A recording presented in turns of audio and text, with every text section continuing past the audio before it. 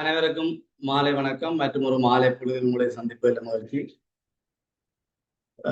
பல்வேறு போட்டி பயிற்சிகளுக்கு தயாராகி கொண்டிருக்கிற நீங்கள் நாடளாவிய சேவை போட்டி பயிற்சிகளும் விண்ணப்பம் கோரப்பட இருப்பதாக ஒரு தகவல்கள் சமூக வலைத்தளங்களிலேயும் செய்தி ஊடகங்களையும் பகிரப்பட்டு கொண்டிருப்பதாலே அந்த பரீட்சைகளுக்கு தயாராகிற நீங்கள் பிரதானமான ஒரு வினாத்தாளாக இந்த உளச்சார்பு அல்லது நுண்ணறிவு வினாத்தாளுக்கு தயாராக வேண்டிய தேவை இருக்கிறது. அந்த வகையிலே இன்றைக்கு உங்களுக்கு தரப்பட்டிருக்கிற இந்த வினாத்தால் நேற்று நடைபெற வேண்டும். என்னுடைய தனிப்பட்ட காரணங்களால் அந்த வகுப்பு நேற்று நடைபெறவில்லை. இன்றைக்கு அந்த வினாவை செய்ய இருக்கிறோம். இந்த வினாத்தாளை பார்த்தீங்களான்னு சொன்னால் இதிலேயும் சில வினாக்களை ஏற்கனவே நாங்கள் செய்த மாதிரியான வினாக்கள் தான். ஆனாலும் அந்த தொடர்ச்சியாக நாங்கள் அதில் பிராக்டிஸ் பண்ணுகிற பொழுதுதான் அந்த வினா தொடர்பான ஒரு பரிச்சயம் உங்களுக்கு பெறும். அந்த வகையில இந்த வினாத்தாளை நாங்கள் இப்போ பார்க்க இருக்கிறோம். நான் முதல் வினாத்தாளை இப்படி மேலோட்டாக பார்ப்பேன். அது நீங்களும் சரி யாரா இருந்தாலும் ஒரு பேப்பர் கையில் கிடைச்சோன்னா பேப்பரை முழுமையா பார்க்க வேண்டும். எத்தனை வினாக்கள் இருக்கிறது, என்ன சொல்லப்பட்டிருக்கிறது, இது எங்களுக்கு பரிச்சயமான வினாக்கள் என்றதை நாங்கள் பார்க்கணும். அதுக்கு பிறகுதான் அந்த வினாவை செய்யறதுக்கான வழிக்கு போகும். இப்படி தட்டி பார்க்க சில வினாக்கள் நாங்கள் செய்த மாதிரி வினாக்களாக இருக்கும், இலகுவானதாக இருக்கும், குறிப்பிட்ட டைமுக்குள்ள செய்யக்கூடிய இருக்கு. அந்த வகையில இப்ப இந்த வெண்பெறி படத்தை பார் ஏற்கனவே செய்த மாதிரி வினாக்கள் கவிதைகள், ஆங்கில கவிதைகள், மொழிபெயர்க்கப்பட்ட இலக்கியம். இப்ப கவிதைகள், ஆங்கில கவிதைகள் என்று சொல்வதை நீங்கள் பார்த்தீங்கள் என்று சொன்னால் அது ஒன்றோடு ஒன்று தொடர்பட்டது. கவிதைகளுக்குள்ள பல்வேறு மொழியில இருக்க கவிதைகள் வரும். தமிழ் கவிதைகள் வரும், ஆங்கில கவிதைகள் வரும், இலத்தீன் கவிதைகள் வரும், உருது கவிதைகள் வரும். அப்ப இந்த கவிதைகள், ஆங்கில கவிதைகள் என்ற படம் எப்படி இருக்கும் நினைக்கிறீங்க? கவிதைகள், ஆங்கில கவிதைகள் என்ற படம் எப்படி இருக்கு? அந்த ரெண்டு விஷயத்தை மட்டும் பாருங்க. இதெல்லாம் கதைக்கும். இது கவிதைகள் என்று இருந்தா ஆங்கில கவிதைகள் என்றது இந்த கவிதைக்கு உள்ளான ஆங்கிலத்தில் எழுதப்பட்ட கவிதை. இதுக்குள்ள வேறையும் இருக்கு. இலத்தீன் கவிதைகள், உருது கவிதைகள் இருக்கு, ஈரானிய கவிதைகள் நிறைய.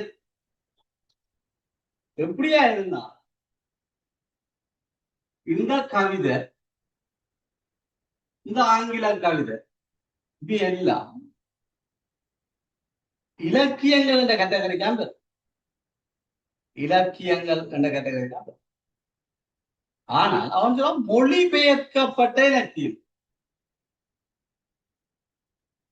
அப்ப அந்த இலக்கியங்கள்லாம் இவ்வளவு இலக்கியம் தான் மொழிபெயர்க்கப்பட்ட இலக்கியங்கள் என்று சொல்லப்படுறதால எந்த படம் பொருத்தமானதாக இருக்கு? இதுக்குள்ள எந்த படம் பொருத்தமானதாக இருக்கு? ஏயோ, பியோ, சியோ, டியோ, இயோ.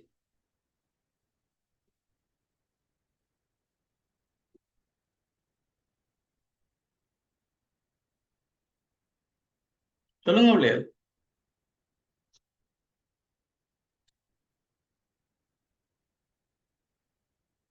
ஒரு கண்டென்ட் நான் சொல்லி தந்தேன். கவிதைக்குள்ளான் ஆங்கில கவிதை இருக்கு. இப்ப மொழிபெயர்க்கப்பட்ட இலக்கியங்கள் என்றது எதுக்குள்ள வருது?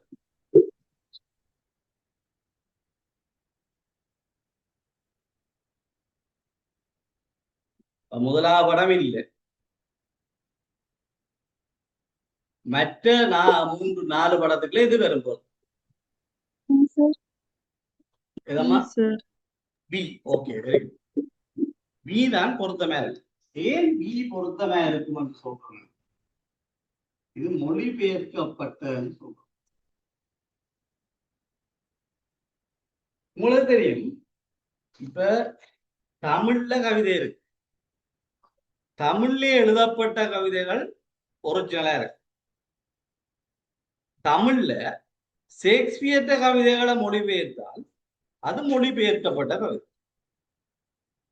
வைரமுத்துன்ற கவிதையை ஆங்கிலத்துல மொழிபெயர்த்தால் அது ஆங்கில கவிதை, ஆனா மொழிபெயர்க்கப்பட்ட கவிதை. அப்ப ஆங்கிலத்திலே இருக்கிற ஆங்கில மொழி பேசுற ஒரு ஆள் ஆங்கிலத்திலே எழுதியிருந்தால் அது ஆங்கில கவிதை. தமிழ் கவிதை கொண்ட ஆங்கிலத்தில் எழுதினால் அதுவும் ஆங்கில கவிதை தான், ஆனா மொழிபெயர்க்கப்பட்ட ஆங்கிலம். அப்ப இதுக்கு என்ன வரக்கூடாது, வேற மொழியிலேயும் இருக்குன்னு தானே கவிதை, அதுலேயும் மொழிபெயர்த்திருக்கலாம் தானே. இப்ப ஈரானிய கவிதை ஒன்றை தமிழ்ல மொழிபெயர்த்து மொழிபெயர்க்கப்பட்ட. ஆனா மொழிபெயர்க்கப்பட்ட இலக்கியங்கள் என்று சொன்னதாக கவிதை மட்டும் இல்லை, இலக்கியம் அங்க சிறுகதை நாவல் அதெல்லாம் பெருந்தான் பதிஞ்ச அளவு. ஆகவே இந்த நீங்கள் இலக்கியங்கள் என்று சொல்லி இருந்தால் இது இப்படி வந்தது, உங்களுக்கு வந்தது. எல்லாம் அந்த கவிதைகள் எல்லாம் இலக்கியங்கள் என்று சொல்லி நாங்கள் பார்த்தோம் என்று சொன்னா அப்படி வந்தது. இந்த மொழிபெயர்க்கப்பட்ட இலக்கியங்கள் என்றதாலதான் இந்த படம் பி என்ற படம் பொருத்துமோ. ஓகே, அது சும்மா இலக்கியங்கள் சொல்லியிருந்தா ஈ என்று வந்தது. சும்மா இலக்கியங்கள் என்று சொன்னா ஈ என்று. அப்ப இப்படியான இதுகள் நீங்கள் இப்படி கணக்க திங்க் பண்ணது இல்லை, ஜோதிச்சு போட்டு பக்கம் இருக்கிறீங்க. நான் விளங்கப்படுத்துறபடியா இப்படி கதைச்சோன்று இருக்கிறபடிய ஒரு கேள்விக்கு இப்படி எழுதுற பொழுது அப்படி கன நேரம் நினைக்கணும். பாருங்க, சித்திரம் வரைவோர், சங்கீதம் இசைப்போர், நடனம் ஆடும். எந்த படம் பொருத்தம்?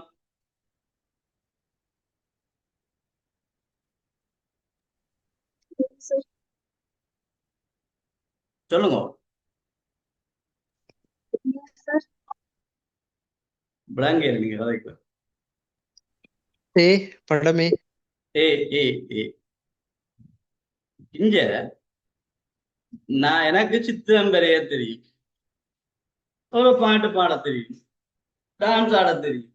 ரெண்டா நான் 3 கேட்டகரிக்கே வருவேன். சித்திரம் வரைவோ, சங்கீதம் இசைப்போ, நடனம் ஆடும். நீங்கள் அந்த பாடசாலை காலத்துக்குள்ளவும் இருக்கக்கூடாது. இப்போ பள்ளிக்கூடத்துல நீங்கள் சித்திரம் எடுத்தா சங்கீதம் படிக்கிறா, சங்கீதம் எடுத்தா டான்ஸ் படிக்கிறா, அது வேறு. இங்க அவன் சொல்றான் சித்திரம் வரைவோ, படங்கிறது தெரிஞ்சு இல்லையா சித்திரம் வரைவோம். சங்கீதம் இசைப்போம், சங்கீதம் இசைக்க தெரிஞ்ச இல்லையா சங்கீதம்.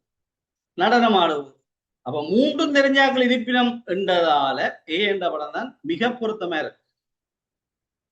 இதுல வேறு ஏதாவது கருத்துக்கள் இருந்தாலும் சொல்லுறேன்.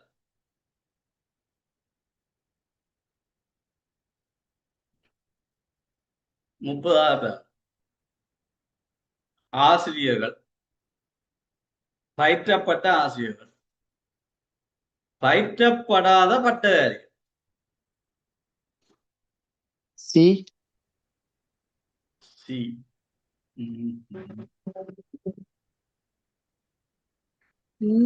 வரும் சார் கடைசி. கடைசிக்கு ஈயோ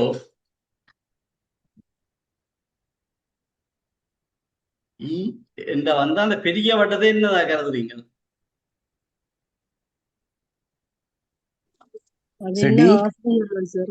ஈ என்று எடுத்தால் பெரிய வட்டம் என்ன? ஆசிரியர்கள். ஆசிரியர். ஓகே, அப்ப இது பயிற்றப்பட்ட ஆசிரியர் என்று சொன்னால் இது பயிற்றப்படாத என்றதும் பயிற்றப்பட்டது என்றதும் விட்டாதல்லோ. காரணம் இது பயிற்றப்பட்ட, இது பயிற்றப்படாத, ரெண்டும் விட்டாது. அப்ப ஈப்புல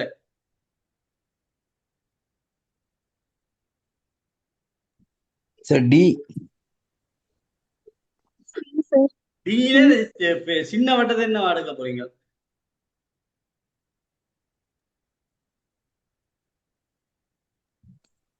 ஆசிரியர்கள். இல்ல, ஆசிரியர்களுக்கு உள்ளதான் பயிற்றப்பட்ட ஆசிரியர்கள் இருக்கு. டீச்சர்ஸ் எடுத்தா அதுக்குள்ள பயிற்றப்பட்ட கிராஜுவேட் பெறும், பயிற்றப்படாத ஆசிரியர். அப்ப டீச்சர்ஸ் தான் பெரிய வட்டம், அதுக்குள்ளதான் பயிற்றப்பட்ட ஆசிரியர்கள் இருக்கு. இப்ப பயிற்றப்படாத பட்டதாரிகள் என்று சொல்லி இருக்கிறாரு. இந்த படத்துக்கு மிக பொருத்தமானது சி. ஏன் என்று சொல்றேன்னு பேர் உள்ளதுக்கு மிக பொருத்தமானது சி. ஏனென்றால் நீங்கள் டீச்சர்ஸ், ஆசிரியர் ஆசிரியர்கள் இதுக்குள்ள கொஞ்சம் பேர் ட்ரெயின் டீச்சர்ஸ் இருக்கலாம், பயிற்றப்பட்ட டீச்சர்ஸ் இருக்கு.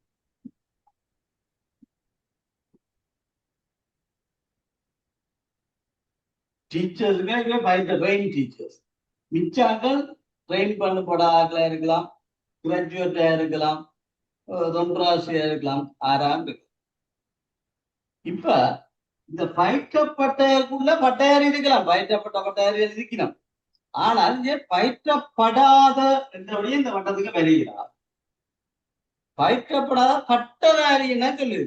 பட்டதாரி என்று சொன்னா தனி டீச்சர்ஸ் மட்டும் பெறமான், டீச்சர்ஸும் பெறலாம்.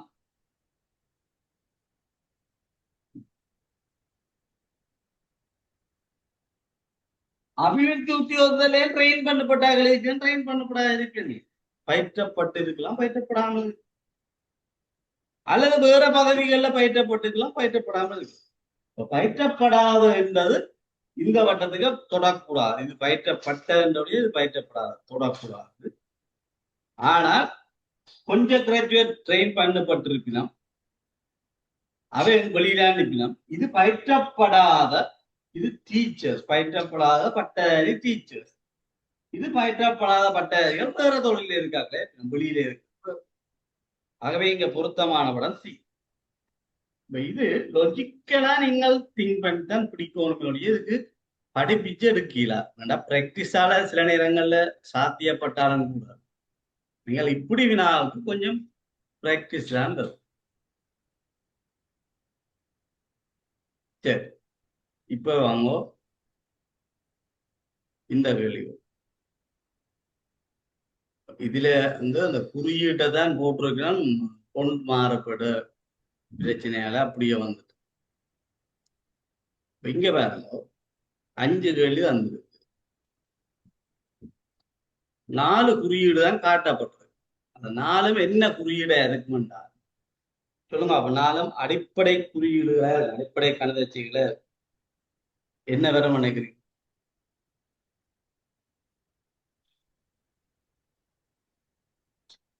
இந்த எழுத்துக்கை இருக்கு, அதை விடுங்க. இந்த எழுத்துக்கை இருக்கிற அண்ட், அட், சதுர குறி, டொலர் சைன், இதெல்லாம் என்னத்தை குறிக்கும்? கூட்டல், கழித்தல், பெருக்கல், பிரித்தல். அடிப்படை கணித செய்கைன்றது 4 தான், கூட்டல், கழித்தல், பெருக்கல். இந்த 4ம் சரியா தெரியும்னா உங்களுக்கு ஒரு தரம் அசைக்கல, ஐக்கு சிம்பிளா செய்யும். ஆனா அந்த 4ஐ நேரடியா பயன்படுத்துறது இல்லை. மேத்ஸ்ல நேரடியா பயன்படுத்துற ஒரு இது ஐக்கியூன்றது அப்படி இல்லை, மேத்ஸ் இல்ல. ஐக்கியூன்றது மேத்ஸ் இல்ல, முதலாவது ஐக்கியூன்றது சமயோசிதமா தீர்மானிக்கும். அந்த சந்தர்ப்பத்துல நீங்கள் முடிவெடுக்கிற திறன், டிசிஷன் மேக்கிங்க சமயோசிதமா எடுக்குது, அவ்வளவுதான். அப்ப மேத்ஸரியால நான் ஐக்கியூ பெயில் அல்ல ஐக்கியூ செய்யலான்னு சொல்லி எந்த இதுவும் இல்லை. ஒவ்வொரு இதா சொல்லி சில சொல்லி ஐக்கியூக்கு மேத்ஸே தேவையில்லை என்று நான் அப்படி சொல்லிடு, தேவையில்லைன்னு சொல்லி ஒரே அடியா நீங்க நிராகரிக்க முடியாது, கட்டாயம் தேவை. ஆனால் மேத்ஸ் மட்டும்தான் தேவை என்று இல்லை. ஏனென்றா நீங்க பாத்தீங்கன்னா 50 வினாவில மேத்ஸ் கேள்வி என்று சொல்லி ஒரு அரைவாசியா இருக்கு, மிச்சம் அரைவாசி உங்களோட தகவல் ஒழுங்கமைப்பும் வாசிக்கிறது கிடைக்கும். இப்ப வேற முதலாவதை வச்சுக்கொண்டு நீங்க முடிவெடுக்கிற. ஆனா 2வது 3வதுலயும் தொடர்படுத்தணும் வேண்டாம், எல்லாத்துக்கும் ஒரே மாதிரி குறியீடு. 10, 4, 5 சமன் ஒரு கேள்விக்குறி 9. இப்ப இதுக்க கூட்டல் கழித்தல போத்தீங்கன்னா 10 14, 14 5 9. ஆனால் இதை நான் கூட்டலாக எடுத்தால் இங்கேயும் அதே அண்டது கூட்டலாக தான் பெறும். அப்ப 10 4 14, 14 5 9 என்றால் 9ஓடு ஒரு எண்ணை கூட்டினா 9 வரையிலாது தானே. ஆகவே இங்க 0 வரும், ஆனா பின்னுக்கு பொருத்தமான ஒன்று இல்லாததால இதுல கூட்டல் கழித்தல் வரா. இப்போ வேறு ஏதோ ஒரு குறியீடான் பெறப்போம். இப்ப இந்த வினாவை செய்கிறதுல நீங்க பிரதானமாக பார்க்க வேண்டிய விஷயம், கணிதத்தின் அடிப்படை கணிதத்தில நாங்கள் பயன்படுத்தின பொட்மேஸ் என்ற முறை தான் இது.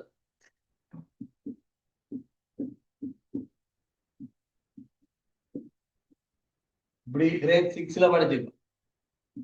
பி என்றால் அடைப்பு குறி, ஓ என்றால் இன், டி என்றால் வகுத்தல், எம் என்றால் பெருக்கல், ஏ என்றால் கூட்டல், எஸ் என்றால் கழித்தல். இந்த அடிப்படை கணக்கு சம்பந்தமா வார எந்த வினாவிலையும் நீங்கள் பிரதானமாக பார்க்க வேண்டியது பொட்மேஸ், பிராக்கெட், இன், கூட்டல், கழித்தல், பெருக்கல். இந்த அடிப்படையில தான் நீங்க செய்யும். அடைப்புக்குறி இருந்தால் அடைப்புக்குறி செய்யணும். அப்படி இல்லைன்னா இன்னென்ற தொடர்பு, அதாவது ஒரு அடைப்பு போட்டுட்டு ஒரு அடையாளம் இல்லாமல் அடுத்த இலக்கம் இருக்கு. பிறகு வகுத்தல், பெருக்கல், பிறகுதான் கூட்டல் இருக்கு. இந்த ஒழுங்கை செய்தால்தான் நீங்கள் கணித ரீதியாக அந்த விட சரி என்று ஏற்றுக்கொள்ளும். இங்க பாரு,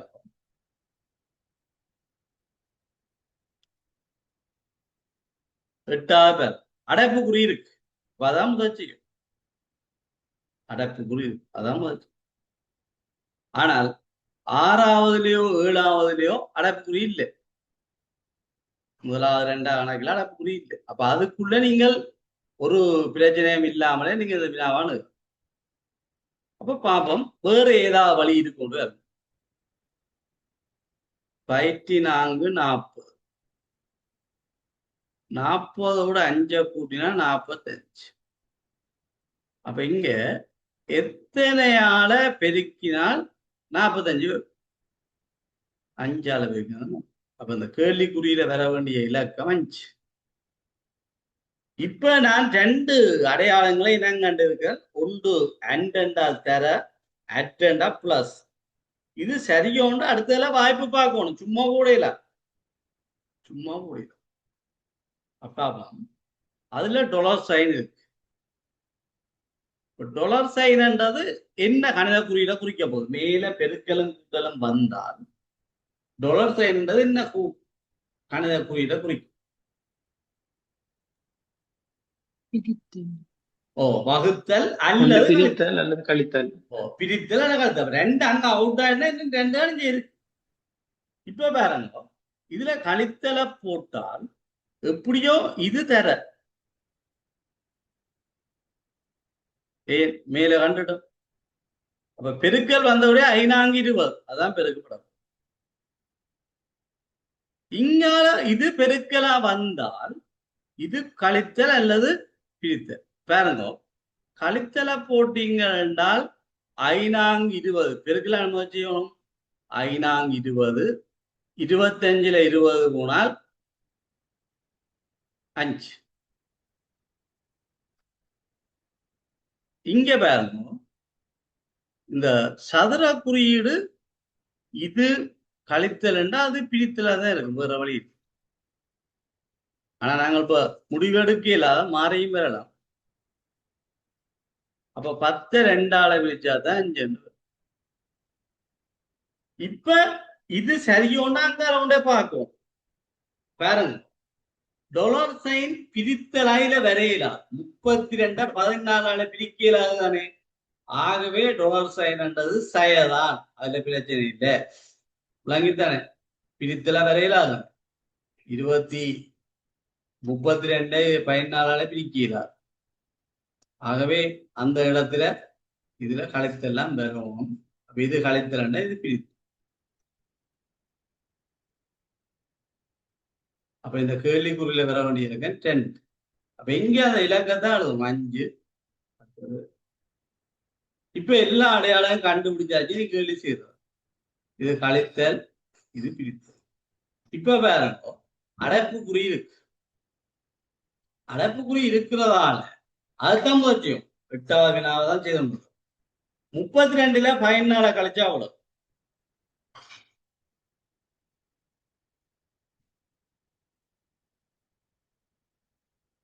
முப்பத்தி 14ஆல கழிச்சா அவ்வளவு 18. 18 9ஆல பிரிச்சா அவ்வளவு 2 10. அப்ப sorry இங்க 4 2 என்ன செய்யணும்? கழிக்கணுமோ பிரிக்கணும்? கழிக்கோணும். கழிக்கலாம் பிரிக்கலாம், ரெண்டு விடையும் பொருந்தும். கழிக்கலாம் அல்லது பிரிக்கலாம், ரெண்டு விடையும் பொருந்தும். இப்ப கழித்தல் என்றால் கேள்வி குறியிடத்தை வர வேண்டிய இலக்க குறியீட்டை அல்ல வெற்றிடத்தை எழுதுங்க கொண்டார். இதுல நீங்க கழித்தல் ரெண்டு போட்டா பிள்ளை. ஏன் பிள்ளை? அந்த மத்த சிம்பிள் இங்க குறியீடுகால காட்டப்பட்டுட்டு அந்த இடத்துல என்ன குறியீடு வரணும்டா நான் கேட்டது. அதுல கழித்தல்லாம் அதுல பொருந்துற உண்மையான குறியீடு. ஆனால் கழித்தல் நாங்க அங்க என்ன குறியீட்டால கேள்வியில காட்டி கொண்டு வரோம்? $. ஆகவே பிரித்தலை போட்டாருன்றால் அவர் அதுல சதுர குறிய காட்டும். இதை பிரித்தலன்னு போட்டாருன்னா இது சதுர குறி. இதுக்கு ரெண்டு விட பொருந்தும். ஏன்னா 4 2ஆல பிரிச்சாலும் 2 தான், 2 கழிச்சாலும் 2 தான். அப்ப இதுக்கு $sign அல்லது சதுர குறி 2. 9ஆக இப்ப இது அண்டா தர $sign என்றால் சதுர குறி என்றால் பிரித்தல். பாருங்க இந்த இடத்துல கேள்வி டெக்னிக்கலா மாறும். இங்கால $sign இருக்குது, கழித்தல். அண்ட் இருக்கிறபடியால் தர மேல போட்டோம். சரி, இப்ப வலப்பக்கம் இந்த பக்கம் பேர் தரவும் பிரித்தலும் இருக்கு. தரவும் பிரித்தலும் இருக்கு. எதை முதல் செய்யும்? பிரித்தல் முதல் தரவும் பிரித்தலும் பிரித்தல் முதல் செய்யும். பாருங்க பொட்லாசில பிராக்கெட் ஓ பி எம் BODM வகுத்தல். 5 2ஆல வச்சால் 2.5, 2.5 4ஆல வைக்கிறா 10. ஆனால் கணிதத்துல ஒரு வினோதம் என்றால் பெருக்கலும் பிரித்தலும் பிறக்க எப்படி செய்தாலும் விட மாறும். அப்ப நாங்க 20 2ஆ வச்சாலும் 10 பேர். அதெல்லாம் அதுல பிரச்சனை பெறாது, நீங்க புல விட்டாலும் சரி. அப்ப 10 விட வரணும்னா இஞ்சாலே 10 வரணும். இங்க பாருங்க 12 2 தர எத்தனை? இதுல கழித்தலும் பெருக்கலும் இருக்கக்கூடிய அதை முதல் செய்யணும். பெருக்கல் 2 எத்தனையால பெருக்கினால் 2 வரும்? 1. அப்போ 2 2 12ல 2 போனா 10. இப்ப சரியா பொருந்துதானே? ஆகவே கேள்விக்குரிய வேண்ட இடத்தை வர வேண்டிய இலக்கம் 1. அடுத்த கேள்வி பாரு. சதுர அட்டண்டா சக அண்டண்டா தர இஞ்சால அட்டண்டால் சக $sign கழித்து. இப்ப இங்க பிரச்சனை வரையில ஒரு பக்கம் பெருக்கலும் கூட்டலும். இங்க பாருங்க.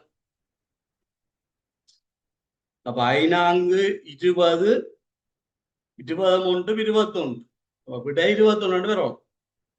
மற்ற பக்கம் 20 + 5 சய டேஸ் 20 5 25. 25ல எத்தனை கழிச்சால் 21 வரும்? 4. அப்ப இந்த கேள்விக்குறியிடத்து வர வேண்டிய இலக்கம் என்ன? 4. அப்ப இந்த இலக்கத்தை கண்டுபிடிக்கல பிரச்சனை வராது. குறியீடு பிறக்குதான். நாங்கள் அங்க பிளஸ் மைனஸ் வந்தா அந்த பிளஸ் மைனஸ் போடக்கூடாது. குறியீட்டை விளங்கிட்டோம். இப்ப நான் ஏன் போர்ட்களே செய்யலைன்னா நீங்கள் இலகுவாக இப்படி செய்து பழகினால்தான் எக்ஸாமுக்கு நேரத்தை மிச்சம். எழுதி செய்ய வளைக்கிட்டீங்கன்னா நீங்க எழுதுறதுக்கு ஒரு நேரத்தை வீணாக்கி விட்டுறீங்களா? அதனாலதான் நான் அப்படியே செய்து காட்டுறேன். ஒரு திருப்பி எழுதி காட்டு, எழுதி செய்யணும் என்று நினைக்கிறார்கள் யாராவது? இல்ல சார், விளங்கிட்டு. ஓகேயா? சரி, அடுத்த கேள்வி பாரு. இந்த கேள்விக்கு 2018-17 காலப்பகுதியில் நடந்த வினாவில வந்தது. அதே இது திருப்பி திருப்பி பல பரீட்சைகளை வந்து இப்ப கடைசியா டீச்சிங் லிமிடெட்காரருக்கும் வந்து இதே இதே பேட்டர்ன் இப்ப இந்த கேள்வியை பாஸ்.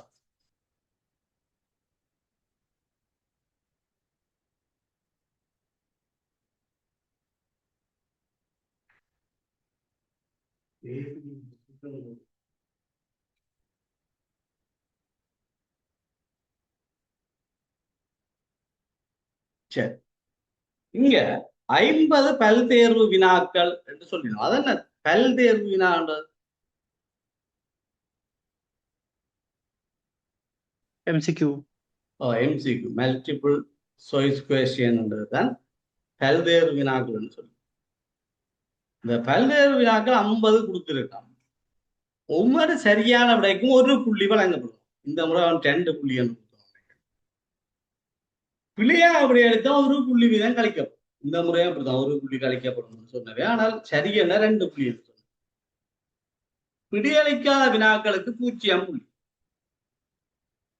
இப்ப இந்த வினா வாசிக்கே ஐடியாவா இருக்கும். அப்படி வரையலை என்று சொன்னாலும் இந்த வினாவை 3 விதமான ஒன்று மெனக்கணமா பார்க்கிறது, இன்னொன்று எக்ஸண்ட் போட்டு செய்கிறது, இன்னொன்று நீங்கள் ஒரு மேனுவலா செய்து பார்க்க. எல்லா கேள்விக்கும் விடையளித்த ஒருவருக்கு 20 புள்ளி கிடைத்திருந்தால் அவர் எத்தனை வினாக்களுக்கு சரியாக விடையளித்தது பாருங்க. எல்லா கேள்விக்கும் விடையளித்த ஒருவருக்கு அப்ப எத்தனை கேள்வியை தொற்றுகிறார்? நீங்கள கதைக்கணும். கதைச்சாதான் ஒன்று வகுப்பு உயிரோட்டமா இருக்கும், இன்னொன்று உங்களுக்கு சொல்ற விஷயம் விளங்கு இல்லையோட எனக்கு தெரியும். 50 கேள்வி சார். 50 கேள்வியும் தொற்றுருக்காரு. எல்லா வினாக்களுக்கும் விடையளித்தேன்னு சொல்லியாச்சு. அப்ப 50 கேள்வியும் தொற்றுருக்கு. அதுல 20 மார்க்ஸ் வந்துருக்கு. அது கழிவடையுது. மார்க்ஸ் வந்திருக்குன்னா கழிவடையுது.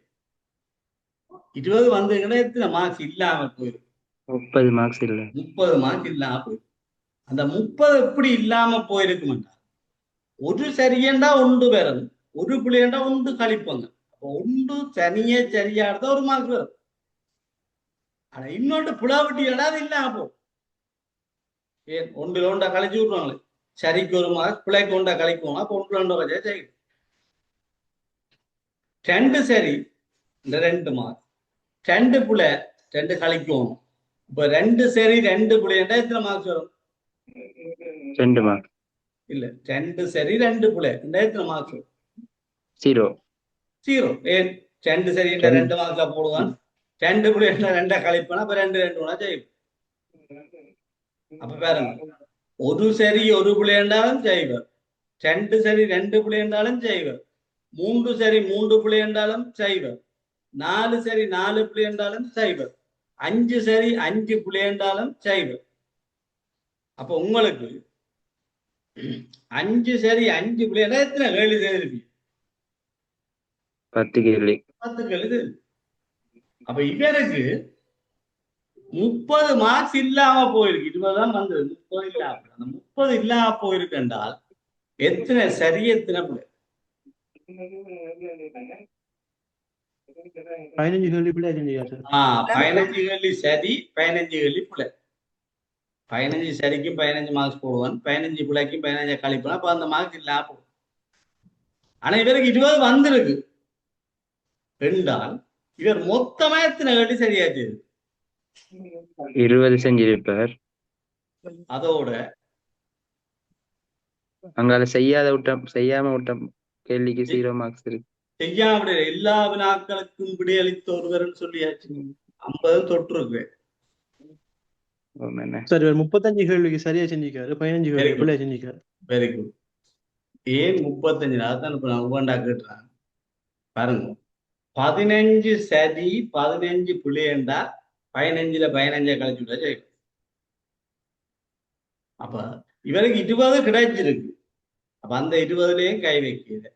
மிச்சம் 15 தான் சரியாச்சு. அங்கால பிழைச்சதால 15ல 15 போய் 35 இல்லை. 35 இப்ப பாருங்க, நோம்பலா பாருங்க, 35 சரியானா 35 மார்க்ஸ் வரும். 15 பிள்ளைண்டா 15 கழிப்பாங்க. 35ல 15 குணாயத்தின 20. இது சும்மா மேனுவலா மெனக்கானதா பார்த்துச்சு. இன்னொரு விதமா செய்யற கணித ரீதியா சரியா செய்த வினாக்கள் எண்ணிக்கை எக்ஸ் என்று. அப்ப புள்ளியா செய்த வினாக்கள் எண்ணிக்கை 50 சரி. 50 கேள்வியில கொஞ்சம் செய்யலாம் மிச்சம். இப்ப ஒரு கேள்விக்கு ஒரு மார்க்ஸ். அப்ப எக்ஸ் கேள்விக்கு 1 தடவை எக்ஸ். புள்ளி என்றா கழிப்பம் 1 படி 50 சய எக்ஸ். இப்படி கழிச்சு பார்த்தா அதுக்கு 20 மார்க்ஸ் தான். சரியான மார்க்ஸ்ல இருந்து புள்ளியான மார்க்ஸை கழித்தால் 20. அப்ப அடப்பணிக்கிற எக்ஸ் சய 50 minus into minus plus x சமன் எக்ஸும் எக்ஸும் 10x 50 வந்தா 70. 10x 70 ஒரு எக்ஸ் 30. சரியான வினாக்கள் எக்ஸ் என்று வச்சுடைய 35 கேள்வி சரி. இது இன்னொரு. அப்ப நீங்கள் எப்படி என்ன கணித ரீதியா செய்ய நேரம் போகும், ஆனா சரியா வரும். மனுவலா மெனக்கணிதமா செய்ய பழகும். இந்த வினாக்கள்ல பெரிய கஷ்டம் இல்லை தானே. சும்மா பார்த்தோன்னே விளங்குது. 20 மார்க் வந்துங்கன்னா அந்த 20 கவனம் வைங்க. 20 சரி. மிச்சம் 30 பிரச்சனை. ஒரு கேள்விக்கு ஒரு மார்க்ஸ் அப்படின்னு பார்க்கலாம். ஒரு கேள்விக்கு ஒரு மார்க், பிளவிட்டா ஒரு மார்க். அப்ப கேள்வியை எடுத்து பிளவிட்டால் எத்தனை மார்க்ஸ் இல்லாம 2 மார்க்ஸ் போகும். 2 மார்க்ஸ் வர வேண்டிய உண்டு, பெனால்டி உண்டு. அப்ப 2 மார்க்ஸ் இல்லை. அப்ப உங்களுக்கு 30 இல்லை என்றால் எத்தனை பிள்ளை என்றால் 30 2 15 பிள்ளை. 30ல 15 பிள்ளை என்றால் 15 சரி. இஞ்சால 20 ஏற்கனவே இருக்கு. அப்ப 20 15 35 சரி. இப்ப அடுத்த கேள்வியும் மனுவலா சிம்பிளா செய்யலாம். 4 வினாக்களுக்கு விடையளிக்காத ஒருவருக்கும் 20 புள்ளி தான் கிடைச்ச. அப்ப 20 புள்ளி வந்தீங்கன்னா 20 கேள்வி சரி. ஏன் ஒரு கேள்விக்கு ஒரு மார்க்ஸ். அப்ப அந்த 20 கேள்வியும் இருக்கட்டும். அந்த 20 இருக்கட்டும். 14 கேள்வி பிள்ளை மிச்சம் எத்தனை கேள்வி? 50 வினாவில 20 புள்ளி வந்தோடனே 20 மிச்சம் எத்தனை கேள்வி?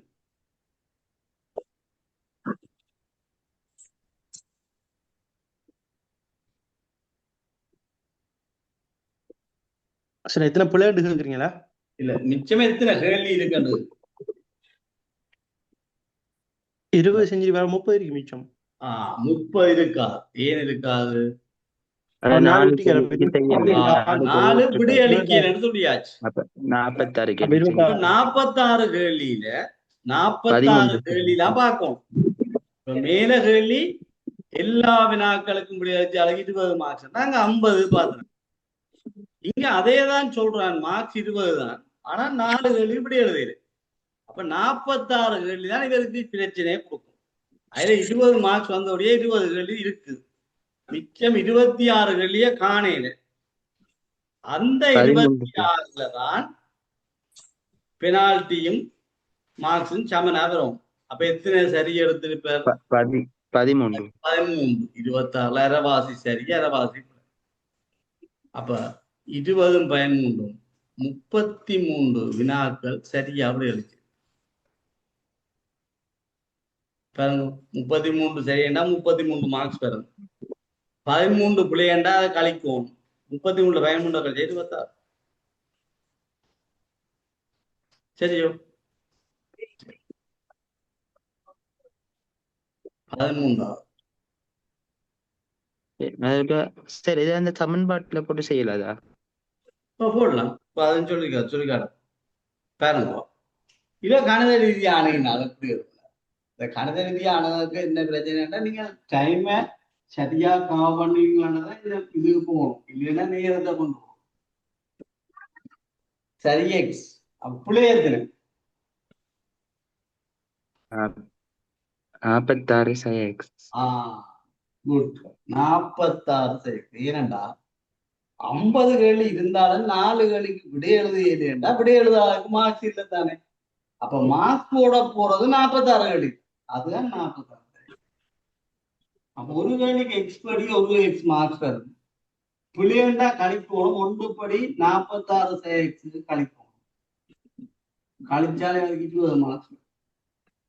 அப்ப x 46 minus into minus plus x சமன் 20. ஒரு எக்ஸும் ஒரு எக்ஸும் 2 எக்ஸ் சமன் 20 46 66. 2x 66 ஒரு எக்ஸ் எவ்வளவு? 2 33. 33. அப்ப ஓகே சரியான ஓகே. வினாக்கள் 30. அப்ப இது கணித ரீதியா. ஆனா நீங்க மனதால பார்க்கலாம். அப்ப நான் ஆறுதலா சொல்றபடியா சில நேரம் உங்களுக்கு சலிப்பு தரும். ஆனால் அந்த ஐடியாவை பழகிட்டீர்கள் என்றால் உங்களுக்கு நேரம் மிச்சம். 1 நிமிஷத்துக்கு செய்கிறது. பாருங்க, பிள்ளையாக விடையளித்த எண்ணிக்கையை போல் 2 மடங்கு சரியாக விடையளித்தால் ஒரு ஆள் ஆக குறைஞ்சது எத்தனை வினாக்களுக்கு விடையளிக்காவிட்டிருக்கிறது? ஒரு கேள்வி பிள்ளைன்னா எத்தனை கேள்வி சரியா? 2. 1ம் 2ம் 1 2 எவ்வளவு? 3. 3. மொத்தம் எத்தனை கேள்வி? 50. 50 3ஆல பிரியும். பிரிச்சால எத்தனை மிச்சம் பெறுதுன்னு வரணும். அதுதான் விட 16 3 48. நான் நேர போடுறேன். அப்ப மிச்சம் எத்தனை? 2. அப்ப எத்தனை கேள்விக்கு இப்படி எழுதான் என்னன்னு பார்த்தா, பிள்ளையாக விடையளித்த எண்ணிக்கையை போல் 2 மடங்கு 1 2 வந்த 2 கூட்டு 1 2 3. இதுதான் ஷார்ட்கட். பிள்ளையாக விடையளித்த போல் 4 மடங்கு என்ன செய்யணும்? 4 கூட்டணும். 1 4 5ஆல பிரிக்கும். பிள்ளையாக விடையளித்த போல 3 மடங்கு 1யும் 3யும் கூட்டினா 4.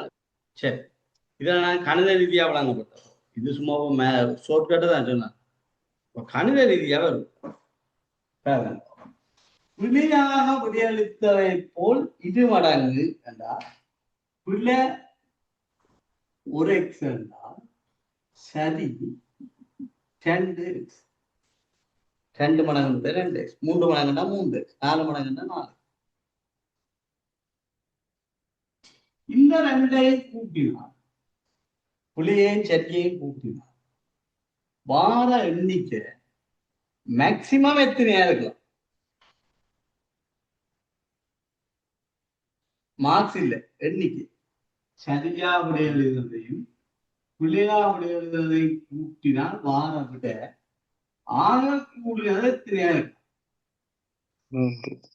3. கேள்வி 50 மொத்தமா கேள்வி 50 தானே.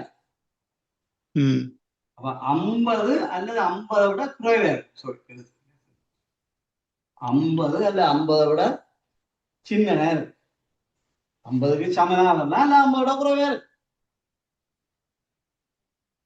கொஞ்சம் செய்யாம விட்டுருக்கலாம். இப்ப ஒரு எக்ஸ் 3x வந்து 50 விட சின்ன. அப்ப ஒரு எக்ஸ் காண 3ஆல பிரிச்சா 16 3 2. இந்த 2 தான் சொல்றோம். 16 3 2 சொன்னா 16 கேள்வி பிள்ளை. கேள்வி முழுசா தான் எனக்கு வந்து பின்னமா வராது. 16 பிள்ளைன்னா 32 சரி. கூட்டினா 48 வருது. 50ல 48 கேள்வி செய்வட்டு இருக்கு. அப்ப செய்வடாத எத்தனை? 2. இது கணிதம். சமநிலை அறிவை பயன்படுத்தி செய்யும். நீங்கள் சமநிலை அறிவை பயன்படுத்தாமலும் இதுல வச்சு செய்யலாம். பாரு, ஒன்றுமே கூடாது. சமநண்டு போட்டால் பிள்ளையும் சரியும் செய்த 50 வரும். 3x 50. ஒரு எக்ஸ் காண 50 3ஆல பிரிக்கும். 50 3ஆல பிரிச்சா 1 3 3 2 மிச்சம் 20ல 6 3 18 2 மிச்சம். இது 2 தான் மிச்சம். ஓகே, அப்ப எப்படி செய்தாலும் இப்படியே கண்டுபிடிக்கும். இது சமனண்டு போடையிடா கூட கூட கணித ரீதியா சொன்னா 50 நம்மளோட குறைவா இருக்கும். ஆனா நான் சமனண்டு போட்டு செய்தோம்னாலும் பின்னமா வந்தா மிச்சம் 2 வரும். இப்ப இந்த கேள்வி நான் முதல் சொன்ன மாதிரி பிள்ளைய போல 6 மடங்கு சரியா செய்யலாம். பிள்ளைய போல 6 மடங்கு சரியா செய்யும். எத்தனை கேள்விக்கு இப்படி எழுத மாட்டேன் சொல்லுங்க ஒரு நேரம்.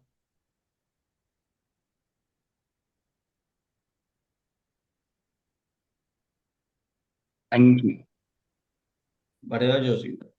பிள்ளைய போல 6 மடங்கு சரி. என்ன மொத்தமா எத்தனை மடங்கு செய்திருக்கு? 7 மடங்கு. 7 ஒன்று மடங்கு. ஒன்று ஒன்று ஒன்று 7 7 7 49. மடங்கு அப்ப ஒன்று ஒன்று ஒன்று ஒரு கேள்வி ஒன்று. இருக்கு. அப்ப இதை சொல்லுங்க. பிள்ளைய போல 10 மடங்கு சரியா செய்யுது.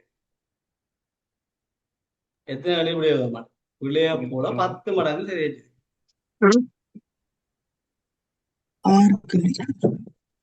ஓ பிள்ளைய போல 10 மடங்குடா பிள்ளைய ஒன்றுண்டா 10 சரி. அப்ப 11. 11 நாங்க 44. மிச்சம் எத்தனை? 6 கேள்வி. 6 அப்ப அப்படி கேள்வி வந்தா அப்படி மெனக்கண்டு தான் பார்க்க தெரியும். வந்த கேள்வி அதெல்லாம் திருப்பி சரி. 19 வினாவுக்கு சரியா விடை எழுதிய மாணவனுக்கு ஒரே ஒரு புள்ளியே கிடைச்சது. எனில் அவன் எத்தனை வினாக்களுக்கு விடையளிக்கவில்லை? 19க்கு சரியா விடையல்னா எத்தனை மார்க்ஸ் வரும்? 19 மார்க்ஸ் 19 வரும். ஆனா அவருக்கு 1 மார்க்ஸா வந்திருக்கு. அப்ப எத்தனை கழிவட்டு? 18 கழிவற்றிருக்கு. 18 கழிச்சாதான் உண்டு 2 பேர். 19ல 18 கழிச்சாதான் உண்டு 2 பேர். அப்ப 19 கேள்வி சரியா செய்யக்க எத்தனை கேள்வி பிளவிட்டு இருக்கு? 9 கேள்வி பிள்ளை விட்டுருக்காரு. இல்ல 18 கழிக்கிறோம். 18 கழிக்கிறோம். இந்த கேள்வியில அதை லொஜிக்கலா யோசிக்கும். 19 சரியா விட எழுதிக்கிறார். அப்ப 19 மார்க்ஸ் போட்டாச்சு. 1 மார்க்ஸ் தான் இவருக்கு வருதுன்னா 18 கழி வருது. 19ல 18 கழிக்கிறோம்ன்றதால 19 சரியாண்டா 18 பிள்ளை. அப்பதானே கழி வரும். 18ஓட பேலன்ஸ் கேள்வியையும் கூட்டணும். இப்ப 19 சரி 18 பிள்ளை. மொத்தமா எத்தனை கேள்வி தொட்டு இருக்கு? 33 கேள்வி. வடிவா பாருங்க கூட்டல்ல பிள்ளை 37 37 கேள்வி தொட்டு இருக்கு. அப்ப எத்தனை செய்யல? 13 கேள்வி. 13 கேள்வி செய்ய. சரிதானே? இங்க பாருங்க இந்த கேள்விக்கு அந்த நீங்கள் முதல் நான் சொன்ன மாதிரி எத்தனை மார்க்ஸ் துளைச்சவர்ன்னு பார்க்கக்கூடாது. இதை துளைக்கிறேன்னு சொல்லி இங்க அவன் சொல்றான் இவன் 19 கேள்வி தொட்டுருக்கேன் சரியாச்சு இருக்கான். 19 மார்க்ஸ் போட்டாச்சு. புலவிட்டு கழிக்க போறோம். கழிச்சு போட்டதான் 1 மார்க்ஸ் தான் வருது. இதான் வேற சரியண்டா 19 போட்டு வைக்கிறோம். பிள்ளைக்கு கழிக்கிறோம். ஆனா விட உண்டு. அப்ப 19ல 18 கழிவட்டால்தான் உண்டு. அப்ப ஒரு கேள்விக்கு 1 மார்க்ஸ்னா 19 கேள்விக்கு சரின்னா 19 மார்க்ஸ். ஒரு கேள்விக்கு 1 மார்க்ஸ் கழிச்சாங்கன்னா 18 கழிவுன்னா 18 கேள்வி செய்திருக்கு. அப்ப 19 18 37 கேள்வி ஆள் செய்திருக்கு. 50ல 37 கேள்வி செய்திருக்கு. இல்ல சார், சரி 18 பிள்ளை அதாவது 1 மார்க்ஸ். சார் 18 மார்க்ஸ் கழிபடுதுண்டா அப்ப 9 கேள்வி அவர் பிள்ளையா செஞ்சுப்பாரு. அப்ப 19ஓட 9 கூட்டி எழுந்தானே. இல்ல நாங்கள் அங்கே ஒரு ஷார்ட்கட்டை பாவிச்சு வச்சுக்கொண்டு யோசிக்கிறீங்க. இங்க சொல்றோம் ஒரு கேள்வி பிள்ளைண்டா 1 மார்க்ஸ் கழிப்பு. முதல்ல அப்படிதான் செய்தாங்க. ஆனா முதல்ல என்ன செய்யறாங்கன்னா அந்த காணாமல் போன மார்க்ஸை நாங்கள் எப்படி பார்க்கிறோம்டா எடுத்து பிளவிட்டால காணாமல் போட்டு கழிச்சேண்டு பாக்கி காணாமல் போனது 20 மார்க்ஸ் கிடைக்குது என்றால் 20 மார்க்ஸ் கிடைக்குது என்றால் அவருக்கு 30 மார்க்ஸை காணையில. இங்க பாருங்க 1 மார்க்ஸ் கிடைக்குது என்றால் அவருக்கு 49 மார்க்ஸை காணையில. ஆனால் 19 தான் அவர் செய்தவர். சரியா செய்தது 19. சரி, அப்ப இங்க கவனமா செய்யணும். அது வேற இது வேற. இதுல மார்க்ஸ சொல்றான் 1 மார்க்ஸ், அதுக்கு 1 மார்க்ஸ் தான். 19 எத்தனை கழிச்சால் 1 வரும், 18 கழிப்போம். ஒரு கேள்விக்கு எத்தனை மார்க்ஸ், 1 மார்க். 19 சரிண்டா 19 மார்க், 18 பிள்ளைண்டா 18 கழிப்போம், அப்பதான் 1 வரும். அப்ப அவர் தொட்ட கேள்வி 19 சரி, 18 பிள்ளை, 37 கேள்வி தொட்டிருக்கு. இப்ப பாருங்க, இந்த 37 வச்சுக்கொண்டு பாருங்க, 37 மார்க்ஸ் கேள்வி தொட்டு 1 மார்க்ஸ் தான் வந்தது. எத்தனை மார்க்ஸ காணையில,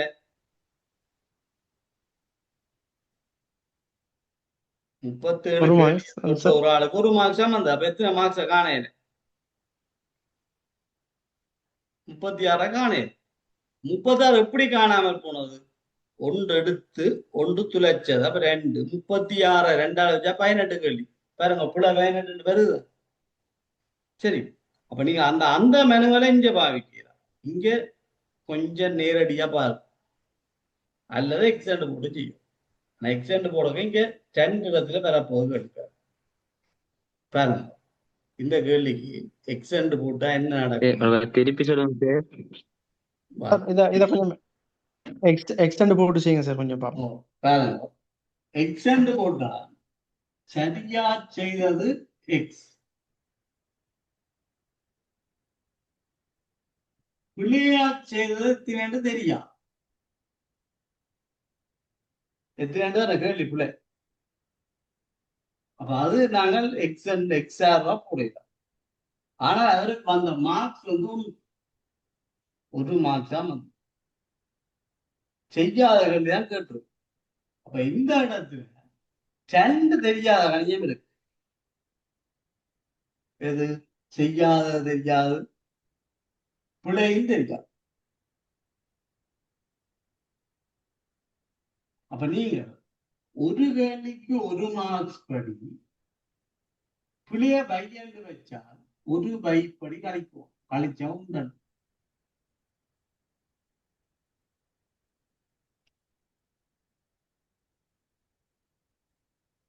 அப்ப இந்த எக்ஸே பை சமன் உண்டு, 2க்குள்ள வித்தியாசம் உண்டு. இந்த எக்ஸ் என்றது 19 சொல்லி சரியா செய்த வினாக்களுக்கு 19 சொல்லி, பிள்ளையா செய்தான் பை என்று வச்சுட்டு, அப்ப செய்யாத வினாவை நாங்க போட போறோம். பாருங்க, நான் இருவழி சாம்பாடாக்காமல் மாத்துறேன். 19 சரியா செய்திருக்கு, மிச்சம் எத்தனை கேள்வி, 50ல 19 மிச்சம் எத்தனை,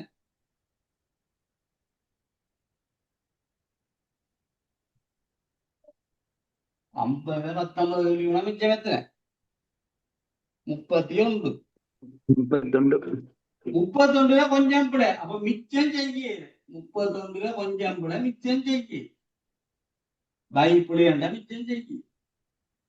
இப்ப வேற ஒரு கேள்விக்கு 1 மார்க்ஸ், அப்ப 19 செய்யாட்டா 1 படி பையு கழிக்கணும், சாரி பிள்ளைண்டா 1 படி பையு கழிக்கணும். செய்யலைன்னா 0 மார்க்ஸ். எத்தனை செய்யாட்டாலும் 0 சாமன் உண்டு. இப்ப 19 பை சமன் உண்டு. அப்ப பை அங்க 19 உண்டு சமன் பை சமன் 18.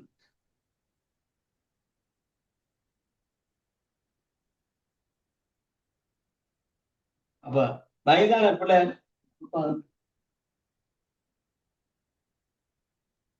இதுல எத்தனை செய்யாட்டாலும் 0 தான் மார்க்ஸ். அதால எத்தனை வெளியினாலும் 0. இதைத்தான் நான் மேனுவலா சொன்னா, நீங்க மெனக்கெழுந்தா பாருங்க, 19 மார்க்ஸ் உங்களுக்கு சரியா செய்ய 19 வரும். ஆனா உண்டுண்டா போடுறான்டா 18 19 18 கழிச்சு உண்டு. இதை நம்ம அந்த ஸ்டார்ட்ல எடுக்கலாம் சார், x - y = 1 சில போல. அப்ப ஒரு கணியம் தெரியும் 19, அப்ப அங்க ஆட்டோமேட்டிக்கா 18 எடுத்துக்கலாம். அதான் சொல்லும். அதனால அதுக்கு சமன் இது ஒழுங்காக எக்ஸே வயதெல்லாம் உண்டு. இது 19 என்றால் அதுல எத்தனையா கழிச்சா 1 வரும், 18 கழிச்சு. இதுதான் முதல் சொன்னேன். அந்த முந்தி நாங்கள் செய்கிற அந்த முறையில செய்கிறார். இதுக்குள்ள நீங்கள் சும்மா வாஜ. அடுத்த கேள்வி பாருங்க. மாணவன் பெறக்கூடிய ஆகக்கூடிய புள்ளிக்கும் ஆக குறைஞ்ச புள்ளிக்கும் இடையிலான வித்தியாசம் என்ன?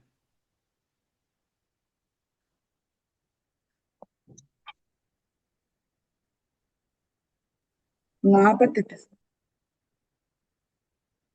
சரி, எத்தனை கேள்வி தந்தவங்க?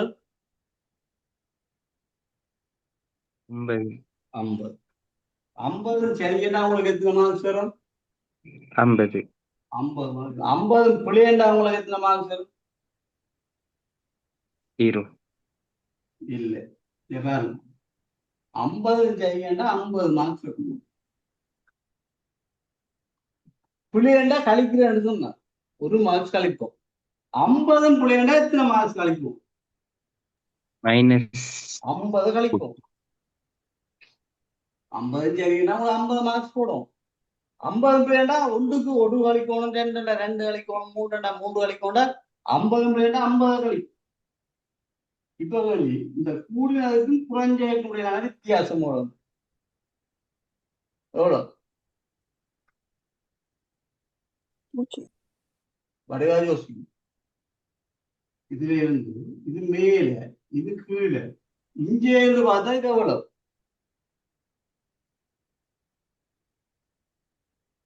-50. 100. 100.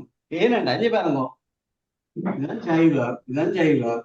சரியா மேல போவார், புள்ளியண்டா கீழே வருவார். இப்போ இங்க இருந்து இங்க பார்த்தால் மேலே 50 கீழே 50 மொத்தம் 100. இது மேலக்கல்ல. இப்ப மேட்ச பாருங்க, 50ல இருந்து கழிக்கணும் -50. வித்தியாசம் என்ன கழிக்கும், இதுல இருந்து இதை கழிக்கும். அப்ப 50 மைனஸ் இன்டு மைனஸ் பிளஸ் 50 50. இப்ப வேணுங்க, ஒரு ஆள் ஏறிக்கொண்டு போறார் மேல் மாடி, ஒரு ஆள் நிலத்திலிருந்து கீழே கீழே கீழே போய் பள்ளத்துக்குள்ள போறார். இப்ப மேல் மாடியில இருந்து பள்ளத்துக்கு வந்தால் எவ்வளவு வித்தியாசம்? மேலே 50 கீழே 50. அப்போ எவ்வளவு வித்தியாசம் மொத்தம்? 100. இந்த முறை டீச்சிங்குக்கு 2 மார்க்ஸ் என்று சொன்னாரு. சரியேண்டா 2, பிள்ளையண்டா 1 கழிக்கிறது. அப்ப 50 கேள்வி கொடுத்தால் கூடின வித்தியாசம் எவ்வளவு?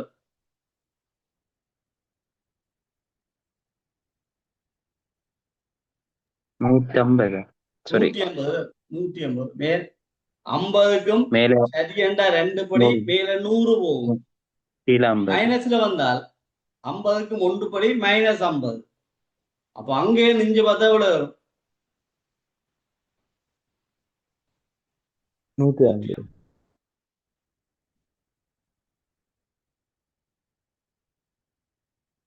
சரி, தொடர்ச்சியா உங்களுக்கு கணித கணக்கு செய்தபடியா கொஞ்சம் சலிப்படைஞ்சிருப்பீங்க.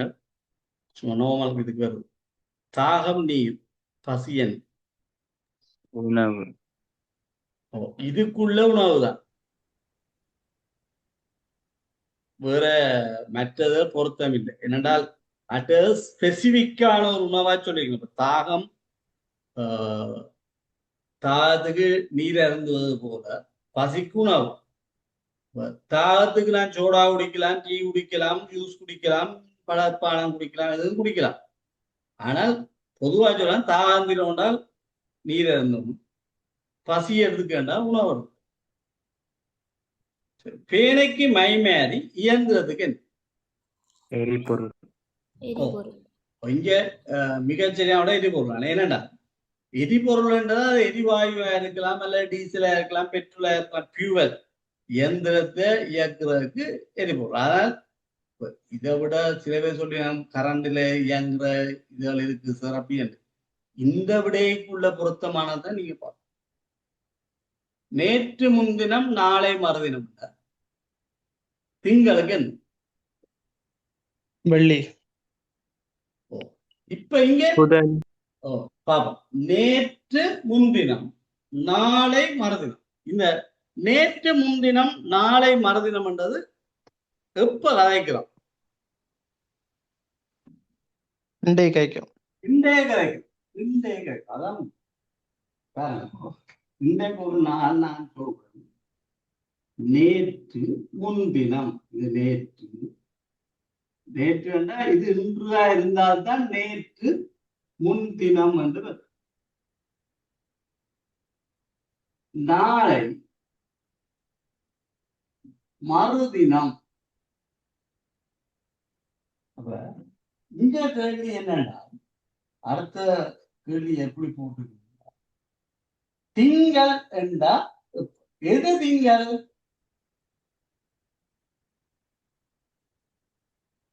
இன்றைய நாள் திங்கள் சார். இன்னைக்கு திங்கள். இல்ல, எங்களுக்கு நேற்று முன்தினமும் நாளை மறுதினமும் தான் கேள்வியில தொடர்படுத்தப்படுறது. முதல் நேற்று முன்தினம் நாளை மறுதினம் தான் அது. அப்ப நேற்று முன்தினம் திங்கள். அப்ப இது என்ன என்றதான் கேள்வி. அதான் மறந்ததையா அப்ப வெள்ளியும் இன்றைக்கு கதைக்குதான் நேற்று முன்தினம் வருது. நேற்று முன்தினம் திங்கள்னா நேற்று செவ்வாய், இன்றைக்கு இன்றைக்கு போனா நாளைக்கு வியாழன், நாளை இன்றைக்கு. அப்ப இது திங்கள் என்றால் இது வெள்ளியாதான் வேற வழி. அந்த ஒத்த இட அமைவே பார்க்கும். அவன் நேற்று முன்தினம் கதைக்கிறது இன்றைய ஒப்பிட்டுதான். அப்ப இன்றைய தொடங்கி பார்க்கிறோம். ஆனா அவன் நேற்று முன்தினம் என்ற இடத்துல திங்களை போட்டுக்கிறபடியா நாளை மறுதினம் வெள்ளி இருந்தான்.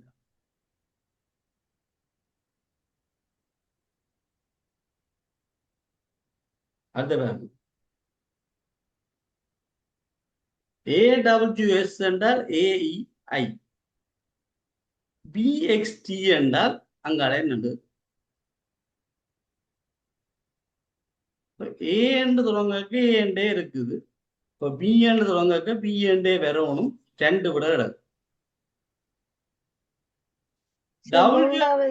ஓ சரி, W என்று இருக்க E என்று இருக்கு. மூன்றாவது வரையில வேற W என்ற எழுத்துக்குத்தான் E என்று குறியிடுங்க. இங்க X என்ற எழுத்து இருக்கிறபடியா மூன்றாவது வரையில.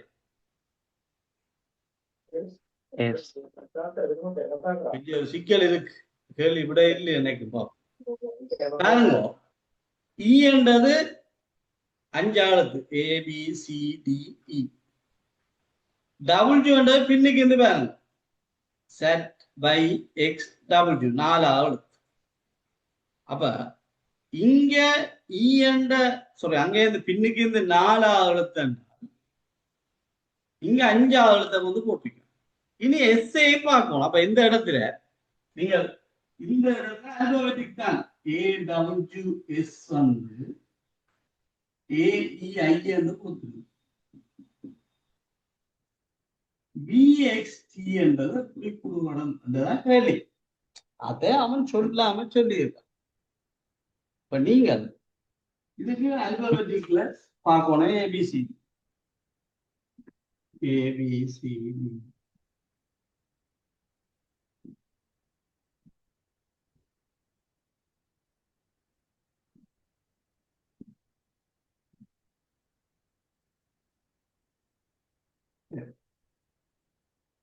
முதல் எழுத்து முதல் எழுத்து. அடுத்த W பின்னுக்கு இருந்து 4ஆவதா இருக்கு. ஆனால் இங்க இயல்றது 5ஆவது, முன்னுக்கு 5ஆவது, பின்னுக்கு இருந்து 4ஆவது வந்தால் இங்க 5ஆவது. அது எஸ்ஸப்பா 1 2 3 4 5 6 7 8ஆவது எழுத்தா இருக்குது எஸ். இந்த ஒற்றுமையை பாருங்க. இது 4 5 8 என்னன்னு வரும் 9. சரியாக பார்ப்போம். 1 2 3 4 5 6 7 8 9. சரி, அப்ப ஒரு தொடர்பை கண்டுபிடிச்சிட்டோம். காரணம் முதலாவது 1 அங்கே 1, 2வது 4 அது 5, 8 அது 9. இந்த பின்னுக்கு இந்த முன்னுக்கு. அப்ப V என்ன V X என்றது பின்னுக்கு இருந்து வந்தா 3ஆவது எழுத்து. அப்ப இங்க எத்தனை எழுத்து வரணும்? 4ஆவது. நாலாவது நாலண்டா 5 வந்து 3 4 வரும். நாலாவது என்ன டி. அடுத்தது டி. பின்னுக்கு இந்த எத்தனை ஆகுது 7 ஆகும். எஸ் செட்டுண்டா டி 7 தான். எஸ் செட்டுண்டா டி 7 தான். இது எத்தனை ஆகுது வரும் 8வது. முன்னுக்கு வரும். அப்ப 9வது ஐயண்டா 8வது என்ன H. ஓகே ഇവിടെ இல்லையா PDH.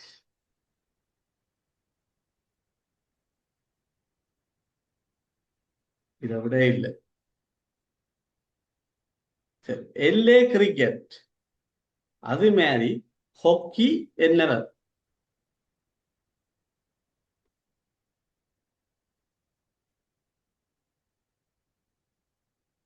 Golf. கோல்ஃப் தான் வரும். அதாவது அந்த ரெண்டுலேயும் அந்த ஒரு இப்படி வளைஞ்ச ஒரு இது வரும். கொக்கியில ஏதாவது அடிப்பினா கோல்ஃபில தட்டி கொண்டே அந்த குழிக்கு அழுத்துறாங்க. மற்ற பேட்மிண்டன் பெறாது. மற்றது கரம் பெறா இருந்துள்ள பில்லியாட்ஸ்ன்றது அந்த ஹோட்டல் வழிய விளையாடுவோம். அந்த பெரிய பணக்காரர் விளையாடுற மாதிரி விளையாடு அந்த குச்சியால் அடிக்கிறது. குச்சியா அடிக்கிறது. இதுல கோல் தான் பொருத்தமான விளையாடு. இப்படியான வினாக்களை நீங்கள் இலகுவா செய்யலாம். ஆனா கொஞ்சம் பிராக்டிஸ் பண்ணணும். அதே மாதிரி இந்த தகவல் ஒழுங்கமைப்பு வினா இது நீங்க சிம்பிளா செய்யலாம். இதுக்கு ஒருவருமே உதவி செய்ய தேவை. ஆனால் தொடர்ச்சியா அந்த கேள்வியை வாய்ச்சி செய்து பழகினா தான் ஐடியா அவங்களோட. இல்லாட்ட டைம் போகும். சரி இதை பாருங்க. கூட்டு காரணம்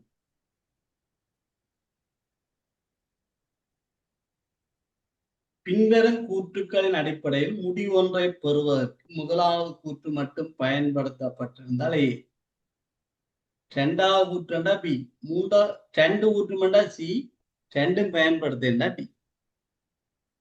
தந்தையர்கள் எல்லாம் உழைப்பாளிகள் எல்லாம் ஆண்.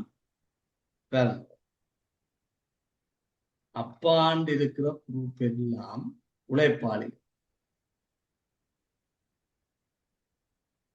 தந்தையண்டா எல்லாம் வந்து இப்படி இப்ப இந்த உழைக்கிறவங்க எல்லாம் ஆண்கள் என்று சொல்றோம். எல்லாம் வந்தா இப்படிதான் முழுவதும். இப்போ முடிவு ஆண்கள் எல்லாம் தந்தையர்.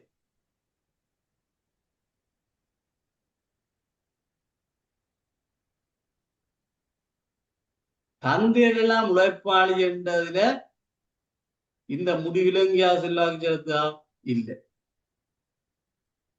உழைப்பாளி எல்லாம் ஆண்கள் என்றதுக்கும் ஆண்கள் எல்லாம் தந்தை என்றதுக்கும் தொடர்பு இருக்கா இல்லை. அப்ப இங்க இது பொருத்தமாக வரும்.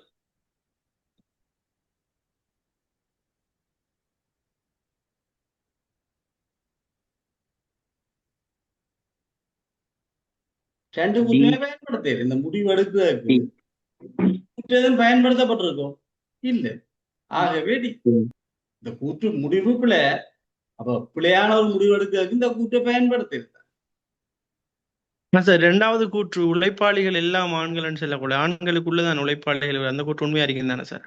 ஓ ஆனா இங்க முடிவு என்ன ஆண்கள் எல்லாம் தந்தையர்கள் என்று எடுத்துக்கணும். தந்தையர் எல்லாம் ஆண்கள் என்று எடுத்திருந்தா சரி ரெண்டு கூற்றும் பயன்படுத்தப்பட்டது. இதுல நீங்க இந்த மறுதலையை பார்க்கணும். ஆண்கள் எல்லாம் மனிதர்கள் என்று சொன்னா சரி.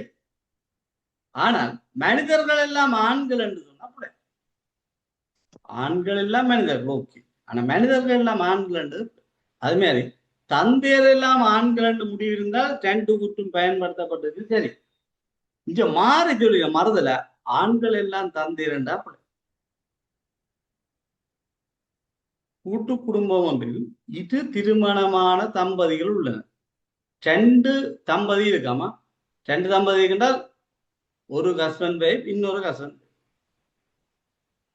அக்குடும்பத்தில் ஒருவர் திருமணம் செய்யவில்லை. முடிவு, அக்குடும்பத்தில் 2 பெண்கள் உள்ளனர். இந்த முடிவெடுக்கிறதுக்கு 2வது கூட்டு தேவையே இல்லை. தேவையில்லை. தேவையில்லை. முதலாவது கூட்டம் மட்டும். முதலாவது கூட்டம் மட்டும் வச்சு கொண்டு முடிவு சொல்லலாமே. 2 சோடி இருக்குன்னா அங்க 2 பொம்பளை இருப்பேன். ஓ, அப்ப அப்ப முதலாவது கூட்டை வச்சு கொண்டு முடிவு எடுத்துட்டாரு. ஆகவே 2 திருமணமா தம்பதிக்கண்டா ஒரு ஹஸ்பண்ட் வைஃப், இன்னொரு ஹஸ்பண்ட் வைஃப் 2 பேரும் பெண்கள் தானே. சரி, பெண்கள் எல்லோரும் திட்டமிட்டு செயற்படுவார். திட்டமிட்டு செயற்படும் அனைவரும் வெற்றி பெறுவது. முடிவு, பெண்கள் அனைவரும் புத்திசாலிகள். இந்த 2 கூட்டுல எங்கேயாவது புத்திசாலிகளை பற்றி கதைச்சிருக்கோம் இல்லை? இல்ல. இல்ல. அப்ப கதைக்காத உண்ட முடிவில பயன்படுத்தி இருக்கிறதால இங்க என்டிதான். நாங்கள் கூட்டுல ஒன்றுமே கதைக்கல, இவர் முடிவு எடுத்து போட்டு சொல்றாரு, அந்த கூட்டை பயன்படுத்தி 44,000. ஒரு வரிசையில ரவி 7ஆவதா நிற்கிறார், ரகு 10ஆவதா நிற்கிறார். அவ்வரிசையில் ஆகக்கூடியது 10 பேர் நிற்கிறது. நான் ஷுவர் பண்ணி சொல்லல. ஓ, இங்க ரவி 7ஆ நிற்கிறது சரி.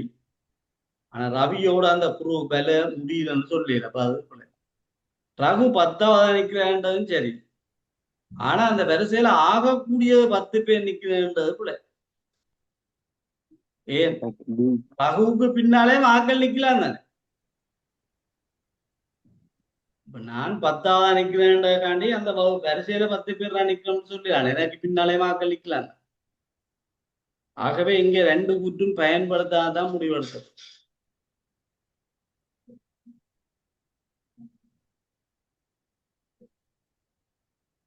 ரகு வரிசையில 10ஆவதாக இறுதியில் நிற்கிறார் என்று சொல்லி இருந்தால்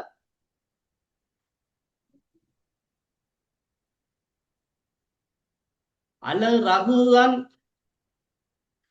பின்னுக்கு இருந்து முதலாக நிற்கிறான்னு சொல்லி இருந்தா அந்த வரிசையில 10 பேர் நிற்கிறோம்ன்றது. கவிஞர்கள் கவிதை எழுதுவாங்க, சரி. கவிதை எழுதுவோர் படைப்பாற்றல் மிக்கோராக, அதுவும் சரி. கவிஞர்கள் எல்லோரும் படைப்பாற்றல் மிக்கோராக. கவிஞர்கள் கவிதை எழுது, கவிதை எழுதுகிறார்கள் படைப்பாற்றல் மிக்கோரா இருக்கு. கவிஞர்கள் எல்லோரும் படைப்பாற்றல் மிக்கோரா. இது 2 கூட்டும் பயன்படுத்தப்பட்டிருக்கோ இல்லையோ?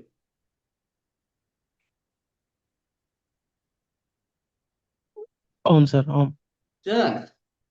ஆனா இதுக்குள்ள ஒரு சின்ன பிரச்சனை நடக்குன்னா, எல்லோரும் என்று சொன்னத சில நேரங்கள்ல சில பேர் அதை மெயினா வச்சு கொண்டு சீன்னு கொடுக்கிறார். ஆனா இங்க பொதுவா சொல்றபடியா நான் அந்த சி என்ற முடிவுக்கு போ. ஓகே, அப்ப இவ்வாறான வினாக்களுக்கு நீங்கள் தொடர்ச்சியாக விடையளி பார்க்கணும். என்னன்னா, ஒரு பிரச்சனையும் இல்லை, ஐக்கு உங்களுக்கு கைவசப்படணும்னா முதலாவது வேலை என்ன செய்வோம்னா நீங்கள் செய்து பார்க்கணும்.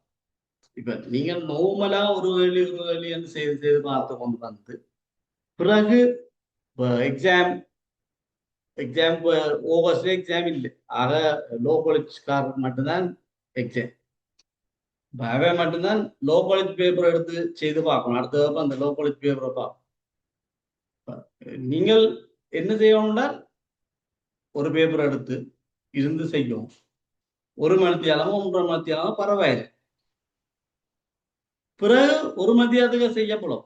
ஒரு நாளைக்கு ஒரு பேப்பரை முழுசா செய்ய பாருங்க. 2 மணித்தியாலம் எடுத்தாலும் பரவாயில்லை, இருந்து செய்யும். அடுத்த நாள் அதே பேப்பரை செய்ய 1 மணித்தியாலம் செய்வீங்க. அப்படி டைமுக்குள்ள கொண்டு வந்தா தான் நீங்கள் உங்களை வளர்ப்படும். சரி, செய்து பாருங்க. வியாழக்கிழமை எஞ்சிய வினாக்களை பார்ப்போம்.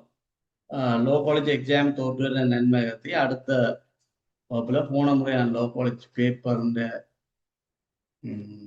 அந்த இதுல போட்டிருக்கிறோம் லோ காலேஜ் வெப்சைட்ல செய்யும். Okay, thank you, good night.